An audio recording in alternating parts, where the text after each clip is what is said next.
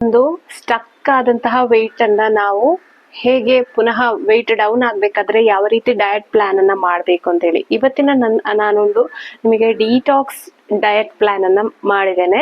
ಒಂದು ದಿನ ಮಾಡಿದಂತಹ ನನ್ನ ಡಯಟ್ ಪ್ಲಾನ್ ಇದೆ, ಡಿಟಾಕ್ಸ್ ಡಯಟ್ ಪ್ಲಾನ್ ಏನಿದೆ ಅದರ ರೆಸಿಪಿ ಆ ರೀತಿ ಇರ್ತದೆ, ಅದನ್ನ ಯಾವ ರೀತಿ ಮಾಡಬೇಕು ಅನ್ನೋದನ್ನ ಇವತ್ತಿನ ವಿಡಿಯೋದಲ್ಲಿ ತಿಳಿಸಿಕೊಡ್ತೇನೆ. ಈ ಡಿಟಾಕ್ಸ್ ಡಯಟ್ ಪ್ಲಾನ್ ಇಂದ ನಿಮ್ಮ ಸ್ಟಕ್ ಆಗಿರುವಂತಹ ವೆಯ್ಟ್ ಡೌನ್ ಆಗ್ಲಿಕ್ಕೆ ಸ್ಟಾರ್ಟ್ ಆಗ್ತದೆ. ಮತ್ತೊಂದು, ನೀವು ವೆಯ್ಟ್ ಅನ್ನ ಹೇಗೆ ಮ್ಯಾನೇಜ್ ಮಾಡಬೇಕು ಅಂತ ಹೇಳಿ. ಮ್ಯಾನೇಜ್ ಮಾಡ್ಬೇಕು ಅಂದ್ರೆ, ಈಗ ನೀವು ನಿಮ್ಮ ಒಂದು ಏನು ಹೈಟಿಗೆ ಎಷ್ಟು ವೆಯ್ಟ್ ಇರ್ತೀರಾ ಅಷ್ಟು ಕರೆಕ್ಟ್ ಆಗಿ ಇದ್ದೀರಾ ಅಂತ ಆದ್ರೆ, ನೀವು ದೀಪಾವಳಿ ಬಂತು, ಹಬ್ಬ ಬಂತು, ಅಥವಾ ಏನೋ ಬರ್ತ್ಡೇ ಪಾರ್ಟಿಯ ಮದುವೆ ಫಂಕ್ಷನ್ ಏನೋ ಹೋಗಿ ಸ್ವೀಟ್ ಅದು ಇದು ತಿಂತೀರಾ, ಆಗ ನಿಮ್ಗೆ ಸ್ವಲ್ಪ ವೆಯ್ಟ್ ಗೇನ್ ಆಗ್ಬೋದು.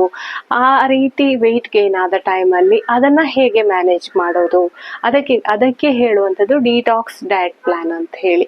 ಈಗ ಫಿಲ್ಮ್ ಸ್ಟಾರ್ಗಳಿರ್ಬೋದು, ಅವರೆಲ್ಲ ಕೆಲವರೆಲ್ಲ ಎಷ್ಟು ತಿಂದ್ರು ಕೂಡ ಹೇಗೆ ಅವರು ಫಿಟ್ ಆಗಿರ್ತಾರೆ, ಫಿಟ್ನೆಸ್ ಅನ್ನ ಹೇಗೆ ಮೇಂಟೈನ್ ಮಾಡ್ತಾರೆ ಅನ್ನೋದು ಈ ವಿಡಿಯೋದಲ್ಲಿ ನಾನು ನಿಮ್ಗೆ ತಿಳಿಸಿಕೊಡ್ತೇನೆ.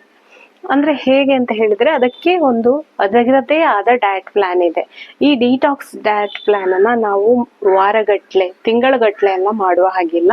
2 ರಿಂದ 3 ದಿವಸ ಈ ಡಿಟಾಕ್ಸ್ ಡಯಟ್ ಪ್ಲಾನ್ ಅನ್ನ ಮಾಡಿದ್ರೆ, ನೀವು ಹೆಚ್ಚುವರಿ ತಿಂದಂತಹ ಏನು ಹೈ ಕ್ಯಾಲೋರಿ ಏನಾದ್ರೂ ತಿಂದಿದ್ರೆ ಎಲ್ಲ ಅದನ್ನ ಬ್ಯಾಲೆನ್ಸ್ ಮಾಡ್ಲಿಕ್ಕೆ ಈ ಡಯಟ್ ಹೆಲ್ಪ್ ಆಗುತ್ತೆ. ಈ ಡಯಟ್ ಇನ್ನೂ ಕೂಡ ಡಯಟ್ ಪ್ಲಾನ್ ಬೇಕು ಅಂತ ಇದ್ರೆ ಖಂಡಿತ ಕಮೆಂಟ್ ಮಾಡಿ, ಡಯಟ್ ಪ್ಲಾನ್ ಬೇಕು ಅಂತ ಹೇಳಿ ಅದಂಗೆ ಕಮೆಂಟ್ ಮಾಡಿ ತಿಳಿಸಿ. ನೆಕ್ಸ್ಟ್ ಡಯಟ್ ಪ್ಲಾನ್ ಅನ್ನ ನಾನು ನಿಮ್ಗೆ ತಿಳಿಸ್ತೇನೆ, ಯಾವ ರೀತಿ ಫುಡ್ ಅನ್ನ ಈ ಒಂದು ಡಯಟ್ ಪ್ಲಾನ್ ಅಲ್ಲಿ ನಾವು ಇನ್ಕ್ಲೂಡ್ ಮಾಡ್ಬೋದು ಅಂತ ಹೇಳಿ.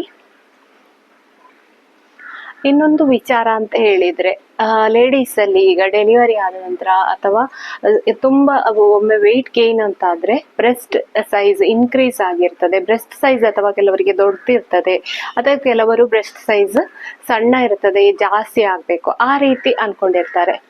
ಆದ್ರೆ ನಿಜವಾಗಿ ಹೇಳುದಾದ್ರೆ, ಯಾವುದೇ ಒಂದು ಮೆಡಿಸಿನ್ ಯಾವುದೇ ಒಂದು ಅದಕ್ಕೆ ಏನೂ ಇಲ್ಲ. ಬ್ರೆಸ್ಟ್ ಸೈಜ್ ಅನ್ನ ಇನ್ಕ್ರೀಸ್ ಮಾಡ್ಲಿಕ್ಕಾದ್ರೂ, ಅದರ ಸೈಜ್ ಅನ್ನ ಕಡಿಮೆ ಮಾಡ್ಲಿಕ್ಕಾಗ್ಲಿ ಏನು ಕೂಡ ಏನು ಮದ್ದು ಅಥವಾ ಏನಾದರೂ ತಿಂದು ಅದನ್ನು ಸರಿ ಮಾಡಬಹುದು ಅಂತ ಹೇಳಿದ್ರೆ ಖಂಡಿತ ಸಾಧ್ಯ ಇಲ್ಲ.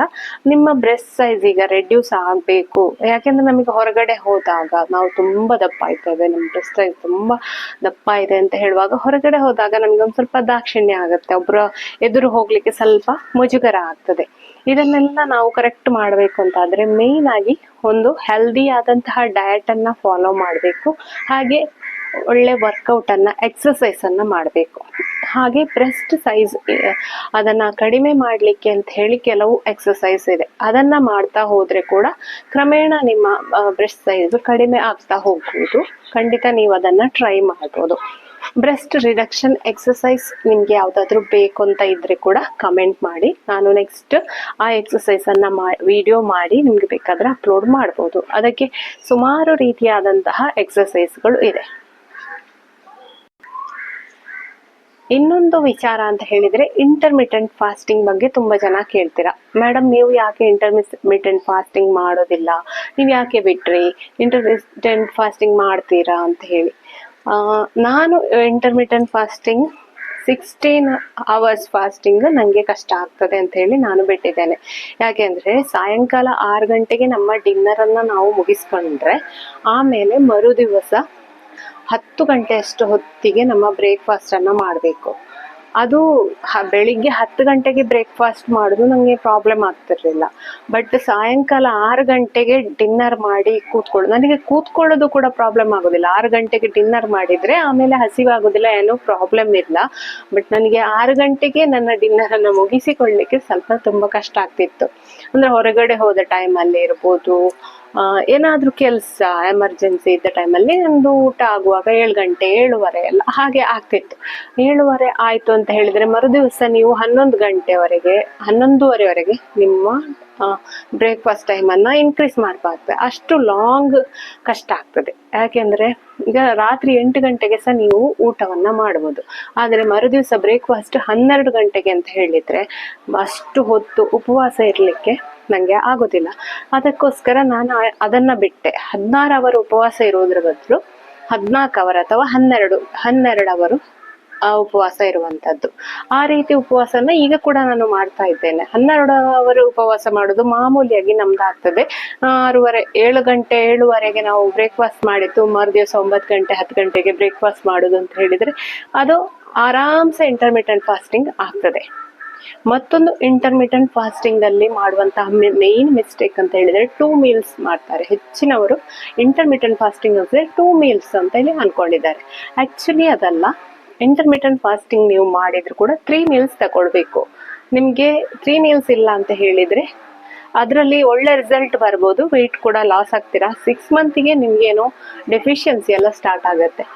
ಯಾಕೆಂದ್ರೆ ನಮ್ಮ ಬಾಡಿಗೆ ಎಷ್ಟು ನ್ಯೂಟ್ರಿಯೆಂಟ್ಸ್ ಬೇಕು, ಎಷ್ಟು ಆಹಾರ ಬೇಕು ಅದನ್ನ ತಗೊಳ್ಳದೆ ನಾವು ಉಪವಾಸ ಮಾಡಿ ವೆಯ್ಟ್ ಲಾಸ್ ಆಯ್ತು ಅಂದ್ರೆ ಅದು ಪರ್ಮನೆಂಟ್ ಅಲ್ಲ. ಏನೋ ಒಂದ್ ಸ್ವಲ್ಪ ವೆಯ್ಟ್ ಇದು ಡಯಟ್ ಅನ್ನ ಬಿಟ್ರ ಸ್ಟಕ್ ಆಯ್ತಾ ಅಲ್ಲಿಗೆ ನಿಮ್ಮ ವೆಯ್ಟ್ ಗೇನ್ ಆಗಿ ಬಿಡ್ತದೆ.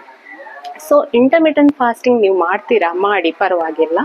ಆದ್ರೆ 3 ಮೀಲ್ಸ್ ತಗೊಳ್ಳಿ. 2 ಮೀಲ್ಸ್ ಅಲ್ಲಿ ಮಾಡಿದ್ರೆ ನೆಕ್ಸ್ಟ್ ನಿಮಗೆ ಹೆಲ್ತ್ ಇಶ್ಯೂಸ್ ಖಂಡಿತ ಸ್ಟಾರ್ಟ್ ಆಗ್ತದೆ. ಯಾಕಂತ ಹೇಳಿದ್ರೆ ನಮ್ಗೆ ಶರೀರಕ್ಕೆ ಏನು ನ್ಯೂಟ್ರಿಯೆಂಟ್ಸ್ ಬೇಕು ಅದನ್ನ ನಾವು ಕೊಡ್ಲೇಬೇಕು. ಉಪವಾಸ ಮಾಡಿಕೊಂಡು ಡಯಟ್ ಮಾಡೋದಲ್ಲ, ಚೆನ್ನಾಗಿ ಹೆಲ್ದಿಯಾಗಿ ತಿಂದುಕೊಂಡು ನಾವು ಡಯಟ್ ಮಾಡಬೇಕು. ಇದು ಡಯಟ್ ಇದು ವಿಚಾರ ಗೊತ್ತಿಲ್ಲದೆ ಉಪವಾಸ ಇದ್ದುಕೊಂಡು ಕಡಿಮೆ ತಿಂದುಕೊಂಡು ಇದ್ರೆ ಅದು ಖಂಡಿತ ಡಯಟ್ ಆಗೋದಿಲ್ಲ. ಇದಿಷ್ಟಾಗಿತ್ತು ಡಯಟ್ ಇದ್ದು ವಿಚಾರ. ಇನ್ನೇನಾದ್ರೂ ಡೌಟ್ ಇದ್ರೆ ಖಂಡಿತ ಕಮೆಂಟ್ ಮಾಡಿ. ನೀವು ಹೇಳಿದ ಟಾಪಿಕ್ ಮೇಲೆ ನಾನು ವಿಡಿಯೋಸ್ ಮಾಡ್ತೇನೆ.